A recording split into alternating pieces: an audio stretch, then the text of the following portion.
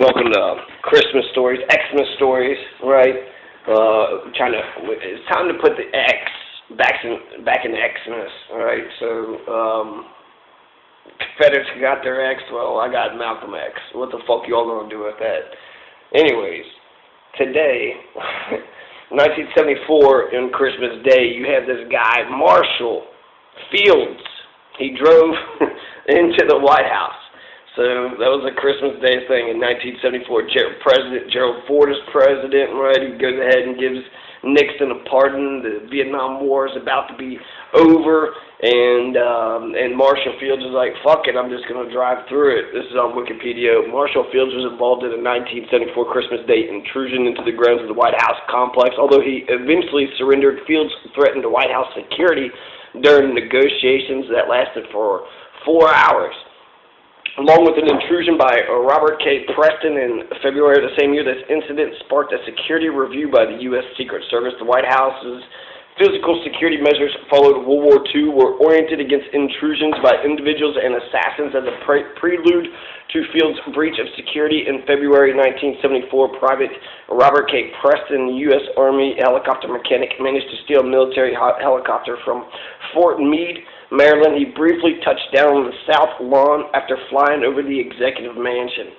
So this Robert K. Preston, actually I'm going to talk a little bit more about him later, but on December 25th, this is a Christmas story, right? Merry Christmas, everybody. 1974, Marshall Fields crashed his Chevrolet Impala into the northwest gate of the White House complex. Dressed in Arab clothing, Marshall Fields claimed he was the Messiah and that he was laden with explosives.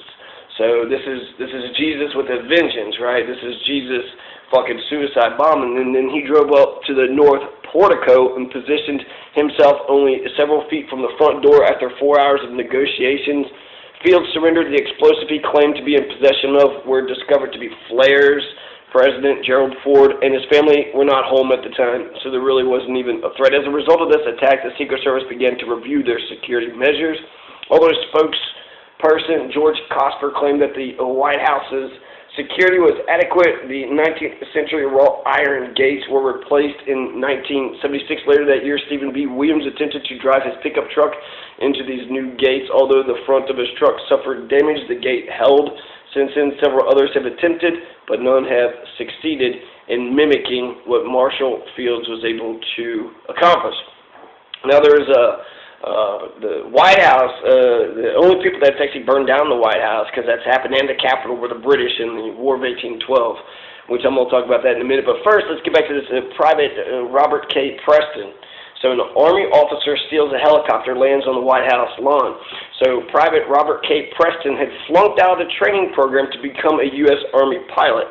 And so he just did what anyone would do. He stole a helicopter from Maryland's Fort Meade, and he flew it to the White House just to prove that he could. I can fly this motherfucker just because your, stupid-ass trainer wants to flunk me for some political reasons. Fuck off. In 1974, Preston led police helicopters on an hour-long chase and eventually wound up hovering over the south lawn of the White House, where the Secret Service opened fire. The Associated Press reported at the time the chopper, its metal skin peppered with buckshot, veered leftward, bounced on one runner then the other, and settled to a halt barely 100 yards from the executive mansion itself. Preston was tackled by several officers and later sentenced to 1 year in jail. His mission was still successful in a way. The officers who pursued him described his flying as masterful. So that's amazing. An American who was a mechanic was able to get a hold of a helicopter, and then they said he led police helicopters on an hour-long chase, and he hovered over the south lawn of the White House. I mean, it's a military copter, so I would think there's some sort of, bombs or guns or something. Maybe not, I don't know. Secret Service opened fire, and they said that the chopper, its metal skin, peppered with buckshot. So they're using shotgun, veered leftward, bounced on one runner then the other, and settled to a halt barely 100 yards from the executive mansion itself. So he was able to get into this fucking helicopter and landed it, and I guess apparently he's lived. So another amazing story that was in 74, that was also something in 74 of the same year, right? It's fucking 60s and 70s, man. It's a crazy time back then, huh? So there's his only demand is that he wanted to speak to the Pakistani ambassador. This is our guy, Marshall Fields, the Christmas Day, driving into the fence celebration of '74, 10 months after the helicopter incident. So the 25-year-old of a retired American diplomat, this is Fields again, this is Marshall Fields. He rammed his Chevy Impala into a White House gate, parked it under the north portico. Fields was dressed in Arabic clothing, said he was the Messiah, seemed to be laden with explosives, and he just wanted to talk to the Pakistani ambassador. So I don't know, I don't even know what he's talking about. After 4 hours of negotiations, he surrendered when Howard University radio broadcast his request for a meeting. So I'm not for sure if he actually was able to get, if he was able to talk to the Pakistani ambassador or not, why he's the Messiah and he wants to talk to Pakistan.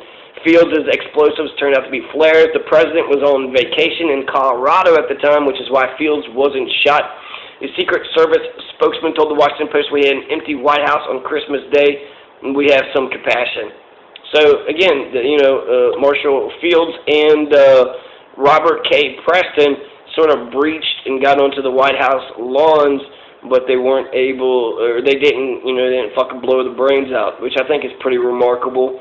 This is nymag.com. They also talked about Teddy Roosevelt. Some guy walks in, he had a fucking pistol in his pocket. Another person here with FDR watches a movie with him, and he just wanted an autograph before he was escorted out. We'll end it off on the War of 1812. The War of 1812 was when, Tecumseh got fucking killed. It was Canada's independence. It was pointless. It was a draw, supposedly. It was a loss. What the fuck? If you start a war and your military objectives is to fail, that's a loss. So that's Vietnam and the War of 1812. There's 2 losses at the very least. Korea wasn't the victory. So that's 3 losses. And we probably could go on and on. I mean, we were bombing Somalia. They don't have a government right now. There's fucking terrorism there. Anyways, August 24, 1814, at the height of the War of 1812 between the United States and England, British troops stormed the White House. Soldiers reportedly sat down to eat a meal made of leftover food before ransacking the presidential mansion, setting it on fire. James Madison and his wife Dolly had already fled to safety in Maryland, but Dolly Madison rescued a life-size portrait of George Washington from going up in flames. And actually, when they did that, they burned a lot of books and information and shit, and the Pilgrim's books we didn't even get to read until like 50 years later. Somehow somebody got some copy of it. But yeah, so that's Christmas Day. Marshall Fields crushed, a Chevy Impala. Took his Chevy Impala through the White House gate and drove to the north portico, which I'm not sure where the portico is. He said he was the Messiah, was going to detonate, but he didn't. They were just flares. I don't know if you ever got a conversation with that Pakistani ambassador. Maybe he wanted to see if Bin Laden was there. It's 74, so I don't know if Bin Laden was around. I guess the Afghanistan war. We didn't get Bin Laden his weapons till the 80s, so I don't know what his fascination with Pakistan was. But, yeah, Marshall Fields, he knows how to celebrate a Christmas, right? 1974.